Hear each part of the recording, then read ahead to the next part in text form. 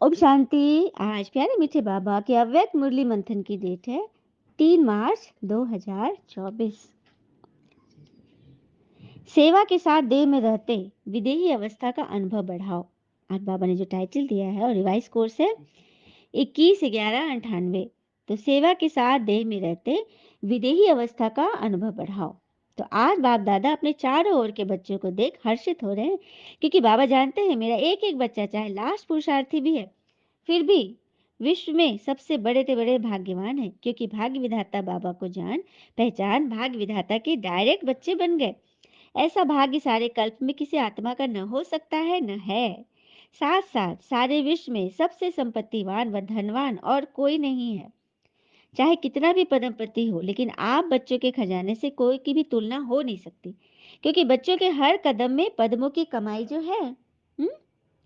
सारे दिन में हर रोज चाहे एक दो कदम भी बाबा की याद में रहे, वह कदम उठाया तो हर कदम में पदम।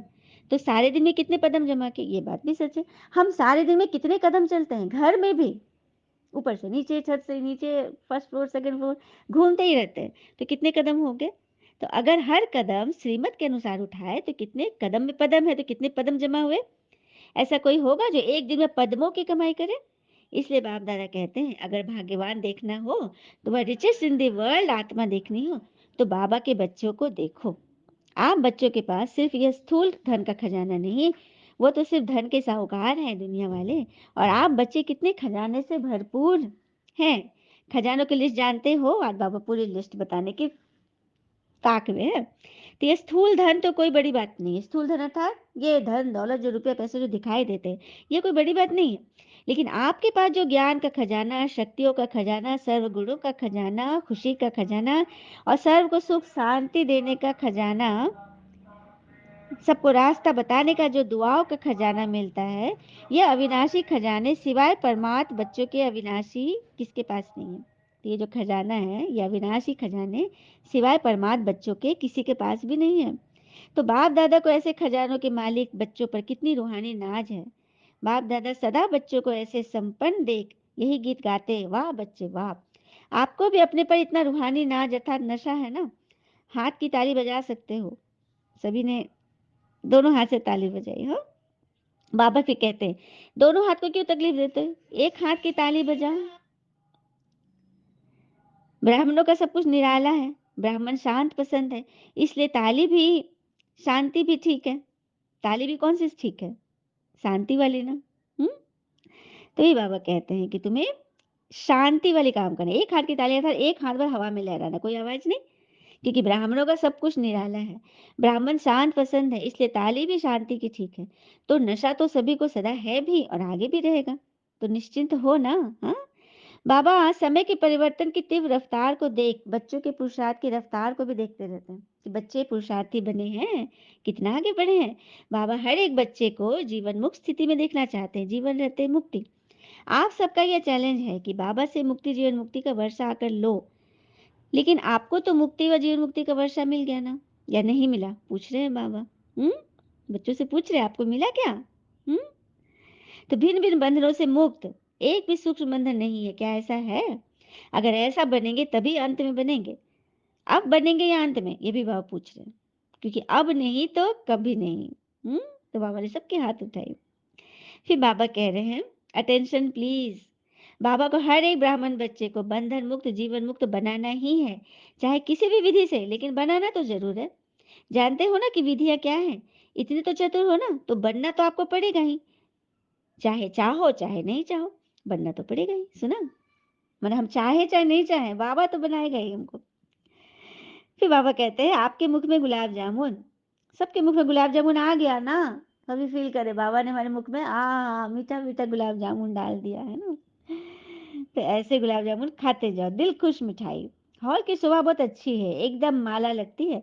यहाँ से आकर देखो तो ऐसे माला लगती है। मैंने बाबा ऊपर सीट पे बैठते हैं ना, ऊंचाई पर स्टेज पर, तो बोल रहे बाबा यहाँ से आकर देखो कुर्सियों पे जो बैठे हुए हैं ना, सभी माला लग रहा है, एक एक मोती का माला।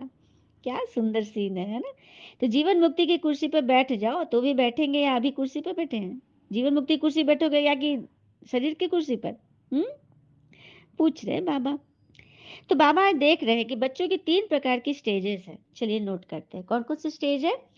पहली है पुरुषार्थी, उसमें पुरुषार्थी भी और तीव्र पुरुषार्थी भी है। दूसरा है जो पुरुषार्थ की प्रारंभ जीवन मुक्त अवस्था की स्टेज में अनुभव कर रहे हैं।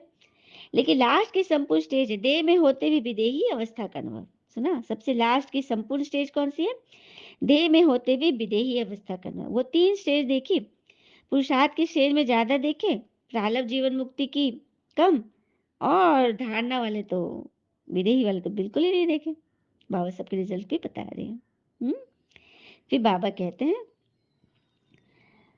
अज्ञानी आत्मा तो कितनी रस्सियों से बंधा हुआ दिखाते हैं ना, वो है अज्ञानी आत्मा के लोहे की जंजीर, मोटे मोटे बंधन। लेकिन ज्ञानी तो आत्मा बच्चों के बहुत महीन आकर्षण वाले धागे हैं। लोहे की जंजीर नहीं है, लेकिन रॉयल सोने चांदी की धागे हैं। तो बंधन ही है ना, चाहे वो सोने चांदी हीरे से बंधे, लेकिन है तो बंधन ही ना। हम्म इसलिए बाबा पूछते हैं 99 आएगा क्या होगा, क्या करोगे? क्योंकि 98 की मुरली है ना, वही बाबा बोल रहे हैं। क्योंकि देखिए, क्लास में भी जब एग्जाम का टाइम होता है उसके 2-3 महीने पहले सारा कोर्स कंप्लीट कर देते हैं टीचर। तो बाद के समय तो रिवीजन होती है। तो 98 में बाबा ने सारा कोर्स कंप्लीट कर दिया है। फिर से अभी ये रिवीजन चल रही है, क्योंकि एग्जाम है ना। बाबा कहते हैं 99 का चक्कर तो छोड़ो, अभी से विदेही स्थिति का अनुभव करो। जो भी परिस्थिति आ रही है, वो आने वाली है, उससे विदेही स्थिति का अनुभव अभ्यास चाहिए। हम्म क्या होगा, इस क्वेश्चन को छोड़ दो। विदेही अभ्यास वाले बच्चों को कोई भी परिस्थिति व कोई भी हलचल प्रभाव नहीं डाल सकती। सुना? तो ऐसे प्रकृति जीत बने हो। हम्म सोचा, प्लान बनाना, सेकंड में प्लेन स्थिति बनाते चलो। प्लान बनाओ और सेकंड में उसको यूज करो। ठीक है? तो ऐसे विदेही अचल अडोल को बाबा देख रहे हैं। अभी लास्ट समय को सोचते हो, लेकिन लास्ट स्थिति को सोचो। चारों ओर के सेवाओं के समाचार बाप दादा सुनते रहते हैं और दिल से सभी को बधाइयाँ भी देते हैं। सेवा बहुत अच्छे उमंग उत्साह से कर और आगे भी करते रहो। लेकिन सेवा और स्थिति का बैलेंस थोड़ा सा कभी इधर झुक जाता है, कभी उधर। तो पलड़ा बराबर रखो ना। सेवा और योग का बैलेंस रखो। सेवा और स्थिति का सदा बैलेंस रखते चलो। स्थिति बनाने में थोड़ी मेहनत लगती है और सेवा तो सहज हो जाती है, इसलिए सेवा का बल थोड़ा स्थिति से ऊंचा हो जाता है। बैलेंस रखो तो बाप दादा की सर्व सेवा करने वाले आत्माओं की, संबंध संपर्क में आने वाले ब्राह्मण परिवार की ब्लेसिंग लेते चलो। ब्लेसिंग मिलेगी ना। यह दुआओं का खाता बहुत जमा करो। अभी की दुआओं का खाता आप आत्माओं में इतना संपन्न हो जाए, जो द्वापर से आपके चित्रों द्वारा सभी को दुआएं मिले। तो कब जमा करना है? संगम पर। जब दुआओं का खाता हम जमा करेंगे तभी तो द्वापर से हमारी चित्रों मूर्तियों से सबको दुआएं मिलेगी। हम्म तो स्थिति को सदा आगे रख, सेवा में आगे बढ़ते चलो। क्या होगा यह नहीं सोचो। ब्राह्मण आत्माओं के लिए अच्छा है, अच्छा ही होने वाला है, लेकिन बैलेंस वालों के लिए सदा अच्छा है। बैलेंस कम तो कभी अच्छा, कभी थोड़ा अच्छा। सुना क्या करना है? क्वेश्चन मार्क सोचने के हिसाब से आश्चर्यवत होके सोचने को फिनिश करो। यह तो नहीं होगा, यह तो हो ही नहीं सकता, यह पता नहीं होगा कि नहीं, ऐसे बोलने ही बोलने हैं। अच्छा, फिर बाबा ने विदेश के ग्रुप के बारे में बोला कि सभी की उमंग उत्साह तो बहुत अच्छी है। विदेश के कोने कोने में बाबा का स्थान बनाओ, और बनाया भी है। इस वर्ष कितने नए स्थान बनाए? तो बच्चों ने कहा 15-12, 12-15। अच्छा उमंग है। संदेश चारों ओर मिल गए। ये लक्ष्य बहुत अच्छा है। जहाँ जाते वहाँ कोई न कोई तो निमित्त बनाने की सेवा का लक्ष्य रखते ही है। यह विशेषता है। हर एक जितना हो सकता है उतना अपने आप को सेवा के लिए ऑफर करे। हम्म बाप दादा एडवांस में आगे बढ़ने की मुबारक दे। बाप दादा विदेशी अर्थात विश्व कल्याण करने के निमित्त बनने वाले बच्चों को यही कहते हैं कि अब सेवा और विदेही अवस्था में नंबर 1 विदेशी बच्चों को बनना ही है। बनना है कब? 99 में या 2000 में? बाबा ने फिर पूछा कब बनेंगे? 24 में? बाप दादा ये नहीं सोचते, देखेंगे सोचेंगे, ऐसा नहीं कहते। तुम बच्चे कहते, ये आपकी भाषा है। ठीक है? तो बाबा सबको टीवी में भी देख रहे हैं। सभी को उमंग उत्साह आ रहा है, हम करेंगे, हम करेंगे। हाँ, बाबा सबको देख रहे हैं। बहुत अच्छा। फिर बाबा कहते बहुत अच्छा, सब नंबर 1 लेने वाले हो। बहुत अच्छा, मेहमान बनकर आए हो और बाबा के बच्चे अधिकारी बन गए। मतलब मेहमान बनकर आए और यहाँ के अधिकारी बन गए। बहुत अच्छा, अभी आगे बढ़ते चलो। फिर बाबा ने बोला सभी विदेशी बच्चों से कह रहे ऑस्ट्रेलिया से, या फिर हॉस्पिटल वाले ट्रस्टी मेंबर से, सबसे बाबा ने बात करी। ओलंपिक गेम वालों से बात करी, सब पहुंचे हुए थे।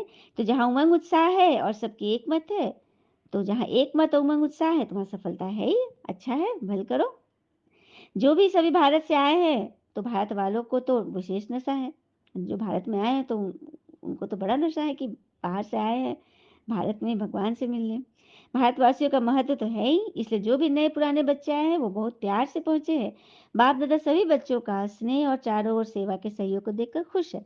और बच्चे भी सदा खुश हैं, खुश रहते हो ना। कभी खुशी कभी कम मत करना, यह स्पेशल बाबा का खजाना है। फिर बाबा ने चारों ओर के सर्वश्रेष्ठ ब्राह्मण, सर्वश्रेष्ठ खजानों के मालिक, सदा सेवा और स्थिति का बैलेंस रखने वाले ज्ञानी तो आत्मा, सर्व शक्ति संपन्न आत्माएं, सदा बंधन मुक्त जीवन मुक्त आत्माओं को बाप दादा का याद प्यार और नमस्ते। फिर बाबा ने वरदान दिया, परमात्म कार्य में सहयोगी बन, सर्व का सहयोग प्राप्त करने वाले सफलता स्वरूप भव।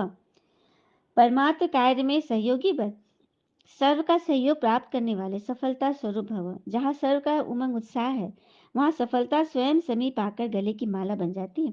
कोई भी विशाल कार्य में हर एक के सहयोग की उंगली चाहिए। सेवा का चांस हर एक को है, कोई भी बहाना नहीं दे सकता कि मैं नहीं कर सकता, समय नहीं है। उठते बैठते 10-10 मिनट भी सेवा करो। तबीयत ठीक नहीं है तो घर बैठे करो। मनसा से सुख की वृत्ति, सुख में स्थिति से सुख में संसार बनाओ। परमात्म कार्य में सहयोगी बनो तो सर्व का सहयोग मिलेगा। स्लोगन, प्रकृति पति की सीट पर सेट होकर रहो तो परिस्थितियों में अपसेट नहीं होंगे।